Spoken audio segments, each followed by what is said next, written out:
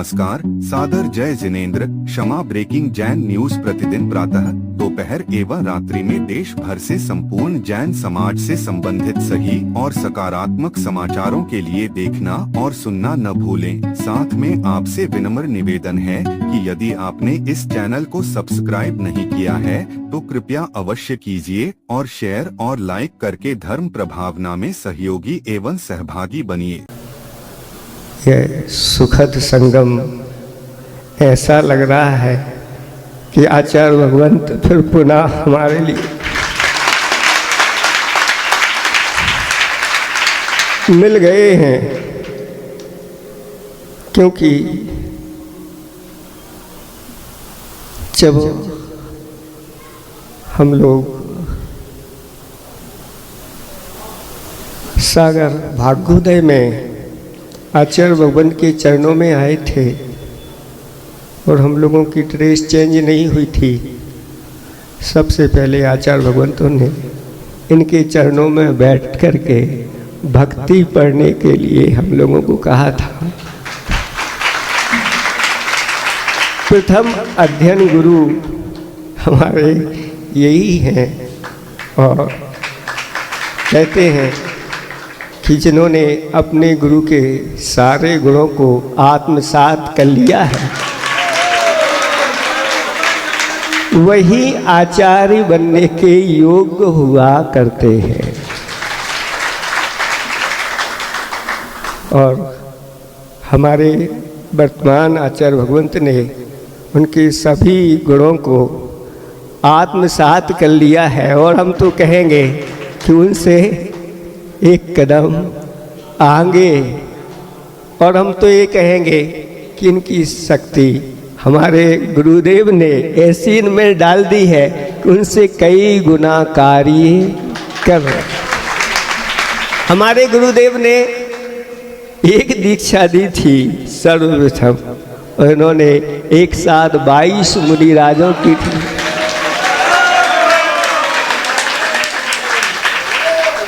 वास्तव में ये महाराज ख्याति पूजा लाभ से बहुत ऊंचे उठे हुए हैं, इसलिए इनका पुण्य संचय निरंतर एक खर्च नहीं करते हैं और निरंतर इनकी विशुद्धि ऐसी रहती है। हम लोगों के ऊपर हमेशा संग में रहे इनका वात्सल्य, इनका हाथ हम लोगों के ऊपर आ जाता था। हम लोग अपने आप को धन्य मानते थे। ऐसे इन आचार्य भगवंत का सानिध्य हम लोगों के लिए, हमने तो सोचा ही नहीं था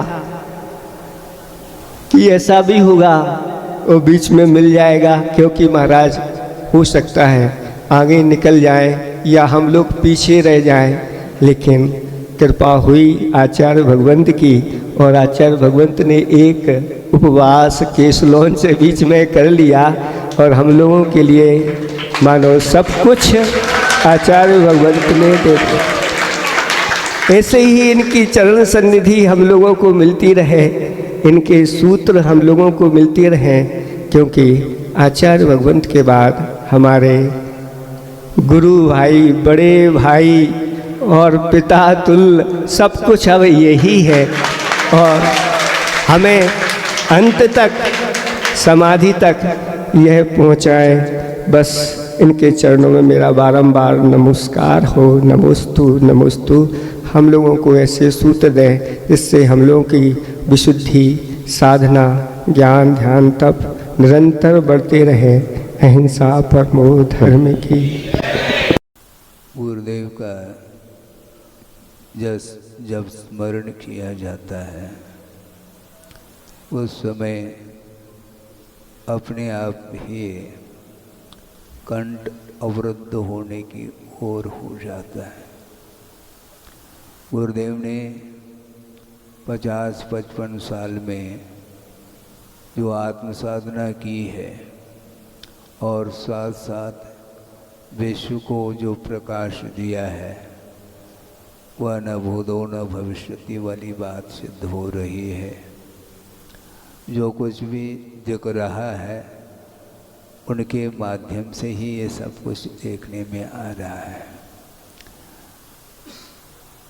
भक्तिवशात कुछ कहना अलग विषय है, किंतु सिद्धांत की दृष्टि से देखते हैं, उन्होंने जो कार्य किया है वह किसी के थ्रू नहीं हो सकता। हमने कई बार पहले भी प्रसंग के अनुरूप कहा है, और स्वाभाविक बात है कि गुरुदेव अभी वर्तमान में हम और आपके बीच नहीं हैं, ये कहने में तो आता है, बिल्कुल ठीक है, किंतु प्रत्येक व्यक्ति के हृदय में गुरुदेव विराजमान हैं।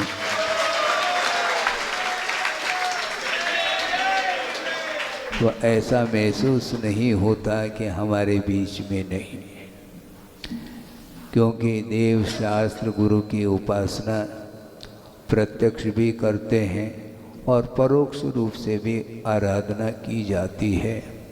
यद्यपि साक्षात प्रभु का दर्शन वर्तमान में किसी को भी नहीं हो रहा है, किंतु जगह जगह उनके जो बिंब हैं, जिन बिंब स्थापित हैं, और आप लोगों ने ही पंच कल्याण करके जिन बिंब की स्थापना जगह जगह की है।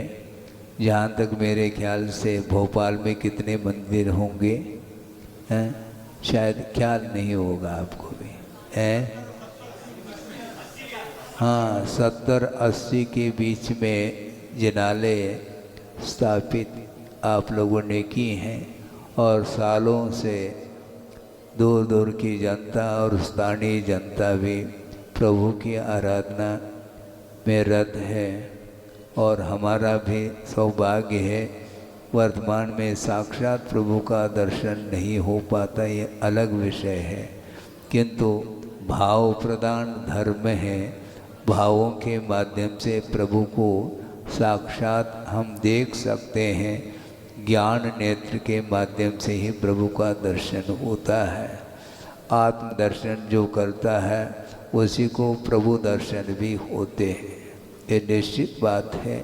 इसलिए ज़्यादा समय नहीं लेते हुए गुरुदेव के द्वारा जो कुछ भी कार्य हुआ है उसको आगे बढ़ाने में योगदान समाज का भी होना चाहिए, और मुख्य रूप से तो समाज के माध्यम से ही ये धर्म चलने वाला इसलिए है क्योंकि श्रमण लोग अपनी साधना करते हैं, धर्म ध्यान के साथ उनका जीवन व्यतीत होता है, और जो मुमुक्षु भव्य जीव हैं जो आत्म कल्याण करना चाहता है उसके लिए भी गुरुओं के संकेत के अनुरूप और आगम के आधार से कुछ विषय सामने रख करके समझाने का प्रयास वो करते हैं।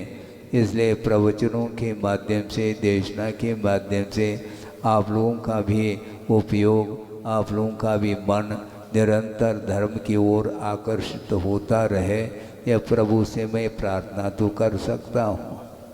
बिल्कुल ठीक है, क्योंकि इच्छा आपकी है किंतु भावना मेरी जुड़ी हुई है।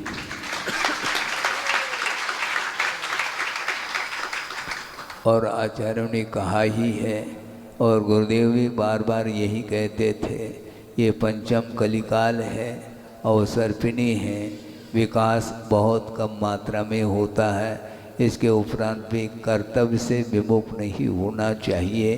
अनेक प्रकार के विचारधारा वाले जीव आ सकते हैं, आते हैं, उनको यदि वो चाहते हैं तो बिना आग्रह के उनको समझाने का प्रयत्न करना चाहिए। आग्रह ठीक नहीं, गुरुदेव का कहना है अनुग्रह अच्छा है। आग्रह में बाध्यता आती है, जबकि अनुग्रह में एक भीतर की अनुकंपा, करुणा उमड़ आती है। प्रत्येक व्यक्ति के प्रति वात्सल्यता का व्यवहार हो, आत्मीयता बनी रहे, अपनत्व बना रहे, जिसके माध्यम से बड़े बड़े अच्छे धार्मिक कार्य हो सकते हैं। उसमें किसी भी प्रकार से संघर्ष के लिए कोई गुंजाइश नहीं। और जहाँ आग्रह है वहाँ पर संघर्ष देखने में आता है। हमें किसी से भी आग्रह नहीं करना, बल्कि प्रत्येक जीव का कल्याण हो, यह पवित्र भावना हमेशा बनी रहनी चाहिए। क्योंकि भगवान का ही कहना है, प्रभु का ही कहना है, प्रत्येक जीव के अंदर वह प्रभुत्व शक्ति विद्यमान है और विधिवत पुरुषार्थ करने से वह शक्ति उद्घाटित हो सकती है। अनंतकालीन वह शक्ति लुप्त जैसे हुई है, क्योंकि मोह का ऐसा एक प्रभाव है जिस प्रभाव में प्रत्येक संसारी प्राणी आता है और मोह के कारण ही संसारी प्राणी का पतन होता है। इसलिए उत्थान की ओर अपने जीवन को ले जाने के लिए हमेशा जो अतीत के मोहजन्य संस्कार हैं उनको अपनी शक्ति के अनुरूप कम करने का पुरुषार्थ करते हैं। बहुत ही जल्दी प्रत्येक जीव का कल्याण हो सकता है। हो इस पवित्र भावना के साथ अहिंसा परमो धर्म की जय। बोधि समाधि परिणाम शुद्धि स्वात्मोपलब्धि शिव शोक शुद्धि चिंतामणिम चिंतित वस्तुदाने वामंद मानस्य ममास्तु देवी। परम पूजाचार्य गुरुवर श्री विद्यासागर मुनि महाराज की जय।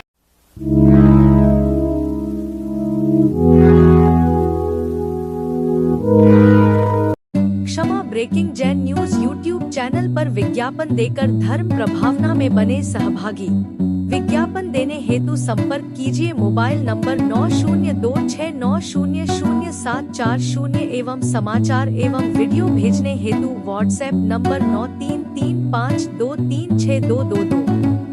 Kshama breaking Jain news YouTube channel देखने के लिए आपको बहुत बहुत धन्यवाद। सादर प्रणाम, सादर जय जिनेंद्र।